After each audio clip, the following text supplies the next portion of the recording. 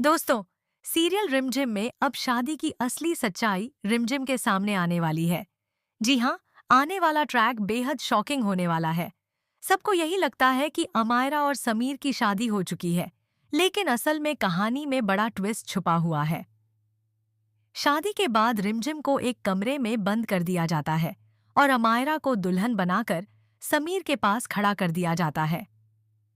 जब समीर घूंघट उठाता है तो सब यही मान लेते हैं कि उसकी शादी अमायरा से हुई है, जबकि किसी को भी यह सच पता नहीं होता कि असली पत्नी तो रिमझिम ही है। इसके बाद कहानी में बड़ा मोड़ तब आता है जब मासी सीधे रिमझिम के पास पहुंचकर उसे पूरी सच्चाई बता देती है। होश में आने के बाद रिमझिम को कुछ भी याद नहीं रहता कि उसके साथ क्या हुआ था। यहाँ तक कि उसे यह भी याद नहीं होता कि समीर और अमायरा की शादी कब हुई। तभी मासी उसे बताती है कि सबने मिलकर उसे धोखा दिया है और उसकी शादी समीर से हुई है, ना कि अमायरा से। यह सुनते ही रिमझिम पूरी तरह से शॉक्ड हो जाती है।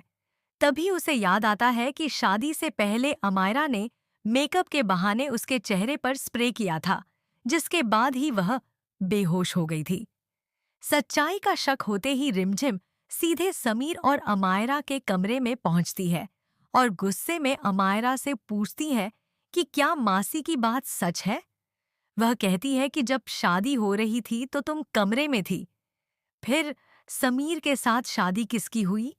यह सुनकर समीर भी हैरान रह जाता है और सोचने लगता है कि अगर अमायरा कमरे में थी तो उसकी शादी आखिर हुई किससे। तब रिमझिम कहती है कि उसे नहीं पता कि समीर की शादी किससे हुई, लेकिन वह सच का पता लगाकर ही रहेगी। अब देखने वाली बात यह होगी कि क्या रिमझिम इस सच्चाई तक पहुंच पाएगी कि समीर और उसी की शादी हुई है, या फिर अमायरा कोई नई चाल चलेगी।